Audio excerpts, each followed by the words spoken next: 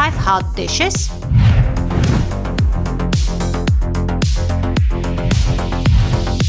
5 sides, $300 for 10 to 12 people. Make every moment a Vivaldi moment.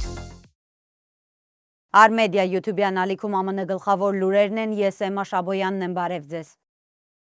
Հարավային Կալիֆոռնիայում բարձր ջերմաստիճանը շարունակում է նոր խնդիրներ ստեղծել։ Լոս Անջելեսի եւ Վենտուրա շրջանի սահմանին Պիրուի մերձակայքում հրդեհի պատճառով հայտարարվել է տարհանման նախազգուշացումներ, իսկ կրակն արդեն այրել է առնվազն 30 ակր տարածք։ Հրշեջները շարունակում են պայքարել նոր բռնկումների դեմ։ Միաժամանակ օդերևութաբանները զգուշացնում են, որ այս շաբաթվա շոկի գագաթնակետը դեռ առջևում է։ Ջերմային նախազգուշացումները երկարացվել են մինչև հաջորդ շաբաթ, քանի որ հատկապես հովիտներում օդի ջերմաստիճանը կարող է գերազանցել 100 աստիճան ըստ Ֆարենհեյթի, մոտ 38 աստիճան ըստ Ցելսիուսի։ Ցածր անապատներում ջերմաստիճանը հասնում է 115 աստիճանի, մոտ 46 աստիճան Ցելսիուսի։ Իսկ Palm Springs-ում գրանցվել է 113 աստիճան, մոտ 45 աստիճան Ցելսիուս։ Թեև հանգստյան օրերին ջերմաստիճանը փոքր-ինչ կնվազի, այն միևնույն է կմնա նորմայից բարձր, իսկ հաջորդ շաբաթ սպասվում է նոր ավելի ուժեղ տաքացում։ Միևնույն ժամանակ Լոս Անջելեսի հանրային առողջապահության վարչությունը զգուշացրել է, որ մի շարք լողափերում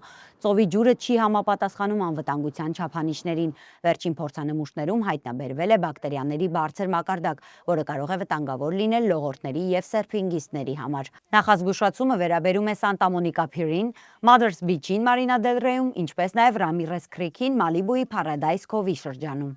Բնակիչներին խորհուրդ է տրվում ժամանակավորապես խուսափել այդ վայրերում ջուրը մտնելուց։ Օդերևութաբանները խորհուրդ են տալիս հնարավորինս սահմանափակել արևի տակ գտնվելու ժամանակը, հաճախ ջուր օգտագործել եւ հետեւել պաշտոնական նախազգուշացումներին, քանի որ վտանգավոր շոկը դեռևս չի նահանջում։ Պենտագոնը հրապարակել է 40 գաղտնազերծված նյութ կապված անհայտ թռչող օբյեկտների կամ ինչպես այժմ պաշտոնապես անվանում են անհայտ անոմալ երևույթների հետ։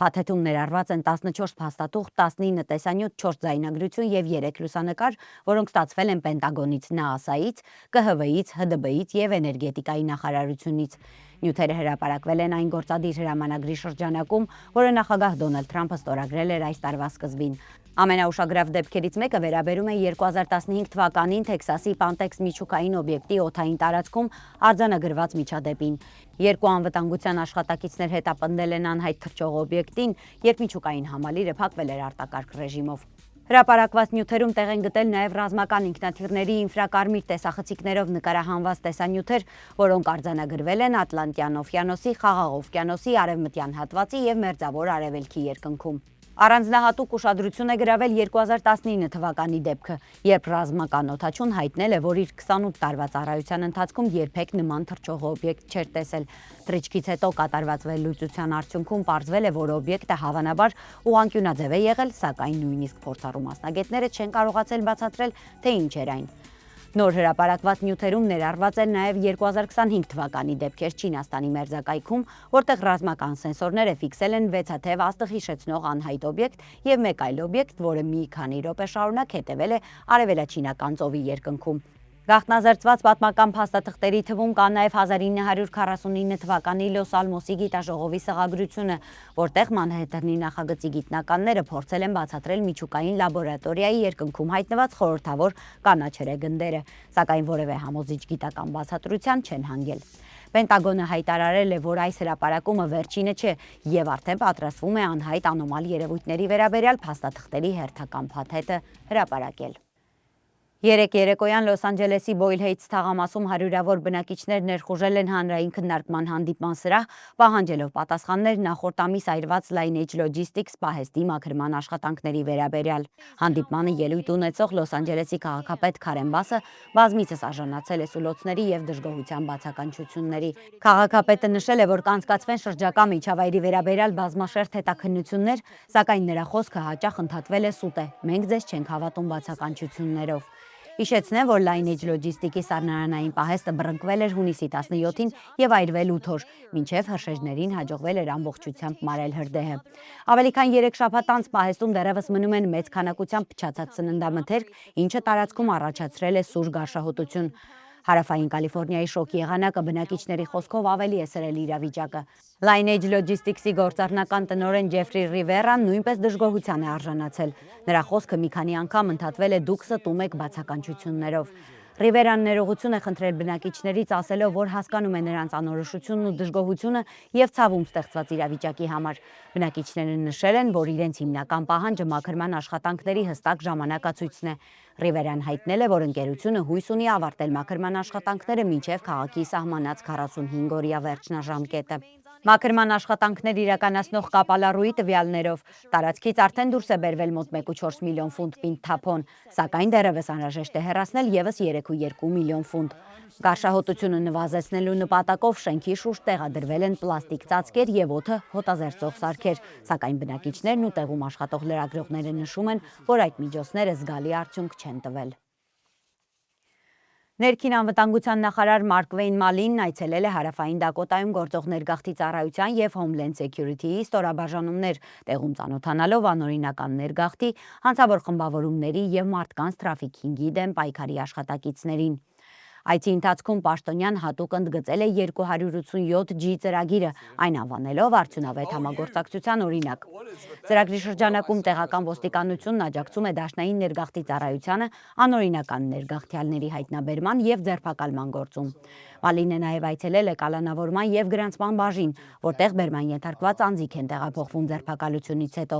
Ծառայողները նշել են, որ գործողությունները փորձում են իրականացնել հնարավորինս աննկատ, ավելորդ ուշադրություն չգրավելու համար։ Հանդիպման ընթացքում նախարարին ներկայացվել են նաև երեխաների սեռական շահագործման, աշխատանքային թրաֆիքինգի եւ սեքսուալ թրաֆիքինգի գործերով ընթացող հետաքննությունները։ Հետաքննողներից մեկը հայտնել է, որ արդեն 2 տարի աշխատում է երեխաների շահագործման խոշոր գործի վրա, որտեղ գլխավոր կասկածյալին մեղադրանք է առաջադրվել երեխաների սեռական շահագործման հանցավոր ցանց ստեղծելու հոդվածով։ Նրա խոսքով սա նման մեղադրանքի առաջին դեպքն է Հարավային Դակոտայում։ Ամփոփելով այցը Մարկ Վեյն Մալինը շնորհակալություն է հայտնել իրավապահներին, հատկապես մարդկանց թրաֆիքինգի եւ երեխաների շահագործման դեմ պայքարի համար, ընդգծելով, որ այդ հանցագործությունները ամենածանրերից են եւ վարչակազմը շարունակելու է աջակցել նման գործողություններին։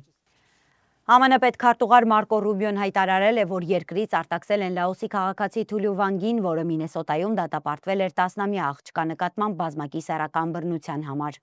Ռուբիոն նշել է, որ դատապարտյալը ոչ միայն բազմիցս սեռական բռնության էր ենթարկել երեխային, այլև փորձել էր գումար առաջարկել զոհին, լռելու դիմաց իր հանցագործությունները բնութագրելով որպես աննշան բան։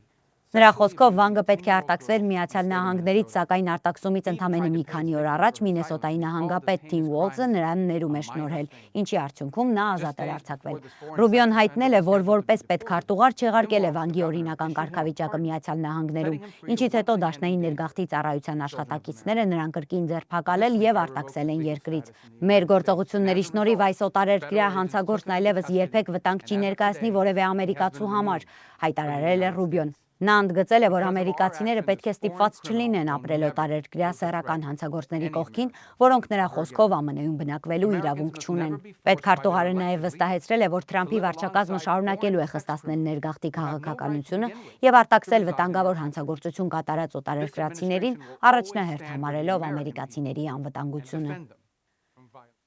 Նյու Յորքում կայացած ՄԱԿ-ի անվտանգության խորհրդի նիստում քննարկվել է Իրանի միջուկային ծրագրի շուրջ ստեղծված իրավիճակը եւ վերջին զարգացումները ԱՄՆ-Իրան հարաբերություններում։ Քննարկման ընթացքում ՄԱԿ-ի քաղաքական հարցերով փոխգլխավոր քարտուղար Ռոզմարի Դի Կարլոն նշել է, որ ատոմային էներգիայի միջազգային գործակալությունը ՄԱԳԱՏԵ-ն այլևս չի կարող լիարժեք վերահսկել Իրանի միջուկային օբյեկտները։ Նրա խոսքով ԱՄՆ-ի եւ Իսրայելի հարվածներից հետո գործակալությունը կորցրել է վերահսկողությունը Իրանի հարստացված ուրանի պաշարների, ցենտրիֆուգների եւ այլ կարևոր միջուկային նյութերի նկատմամբ, իսկ այդ տեղեկությունները վերականգնելն արդեն հնարավոր չէ։ Միացյալ Նահանգների ներկայացուցիչը նշել է, որ Իրանը շարունակում է խախտել իր միջազգային պարտավորությունները, հրաժարվելով ՄԱԳԱՏԵ-ի լիարժեք ստուգումներից։ Նա նաև մեղադրել է պաշտոնական Թեհրանին վերջին օրերին առևտրային նավերի, ինչպես նաև Բահրեյնի, Քուվեյթի, Քաթարի եւ Հորդանանի ուղղությամբ իրականացված հարձակումների համար, ընդգծելով, որ մինչև վերջնական համաձայնագրի ձեռքբերումը ՄԱԿ-ի վերականգնված պատժամիջոցները պետք է շարունակեն գործել։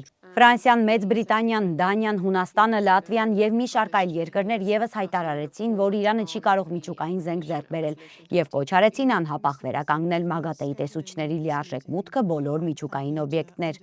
Նրանք նաև աջակցություն հայտնեցին ԱՄՆ-ի եւ Իրանի միջև ընթացող բանակցություններին, դրանք համարելով ճգնաժամի խաղաղ կարգավորման միակ ճանապարհը։ Մյուս կողմից Ռուսաստանն ու Չինաստանը քննադատեցին Արևմուտքի դիրքորոշումը, պնդելով, որ ճգնաժամի հիմնական պատճառը դեռևս 2018 թվականին ԱՄՆ-ի դուրս գալն էր միջուկային համաձայնագրից։ Երկու երկրներն էլ հայտարարեցին, որ անհրաժեշտ է հրաժարվել ճնշումներից եւ շարունակել դիվանագիտական գործընթացը առանց նոր սրման։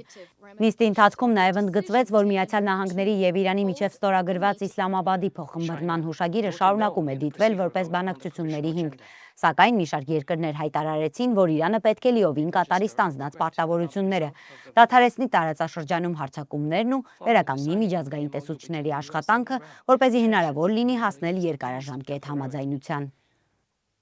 Վերջում կրկին գանք Կալիֆոռնիա։ Նահանգապետ Գևին Նյուսոմը ստորագրել է հանրային կրթության նոր բյուջեն, որը նահանգային իշխանությունները պատմական են անվանում։ Պաշտոնական արարողությունը տարբերվել է սովորական օրինագծերի ստորագրումներից։ Մինչ նահանգապետը կդներ իր ստորագրությունը, սեղանի շուրջ նստած փոքրիկ աշակերտները նույնպես իրենց սկզբնատառերով ստորագրել են օրինագիծը։ Նյուսոմը զրուցելով նրանց հետ հետաքրքրվել է եղբայրներով ու քույրերով, սիրելի զբաղմունքներով, կատակել է, հյուրասիրել թխվածքաբլիթներ եւ շնորհակալություն հայտնել, որ օգնել են օրինագիծը հասցնել ավարտի։ Այնուհետև նահանգապետը պաշտոնապես ստորագրել է կրթության ֆինանսավորման մասին օրենքը։ Նոր բյուջեի ամենամեծ ներդրումը վերաբերում է հատուկ կրթությանը։ Այդ նպատակով հատկացվում է 2.4 միլիարդ դոլար, ինչը նախորդ տարվա համեմատ ֆինանսավորման 43%-ի աճ է։ Այս միջոցները նախատեսված են հաշմանդամություն ունեցող աշակերտների կրթության, ներառական ծրագրերի, մասնագետների պատրաստման եւ դպրոցների աջակցության համար։ Բացի այդ, բյուջեն նախատեսում է նոր ֆինանսավորում ուսուցիչների համար։ Կալիֆոռնիան առաջին անգամ լայնածավալ աջակցություն է տրամադրում վճարվող ծննդաբերական արձակուրդի, նոր ուսուցիչների պատրաստման եւ երկլեզու կրթության զարգացման ծրագրերին։ Ընդլայնվում են նաև համայնքային դպրոցների ծրագրերը, որտեղ աշակերտները բացի կրթությունից ստանում են հոգեբանական, սոցիալական եւ առողջապահական աջակցություն։ Նահանգապետը հիշեցրել է, որ այս ծրագրի ֆինանսավորումը երկարաժամկետ է դառնում եւ տարեկան կկազմի շուրջ 1 միլիարդ դոլար։ Նյուսոմը խոսել է նաև այլ կրթական նախաձեռնությունների մասին, ընդգծելով, որ Կալիֆոռնիան շարունակում է ներդրումներ կատարել նախադպրոցական կրթության, անվճար դպրոցական սննդի, ամառային դպրոցի, անվճար համայնքային քոլեջների ծրագրերի մեջ, որի շնորհիվ ավագ դպրոցի աշակերտները կարող են դեռ դպրոցում համալսարանական կրեդիտներ հավաքել։ Այսօր այսքանը, ես Էմմա Շաբոյանն եմ, շնորհակալ եմ ուշադրության համար, կհանդիպենք։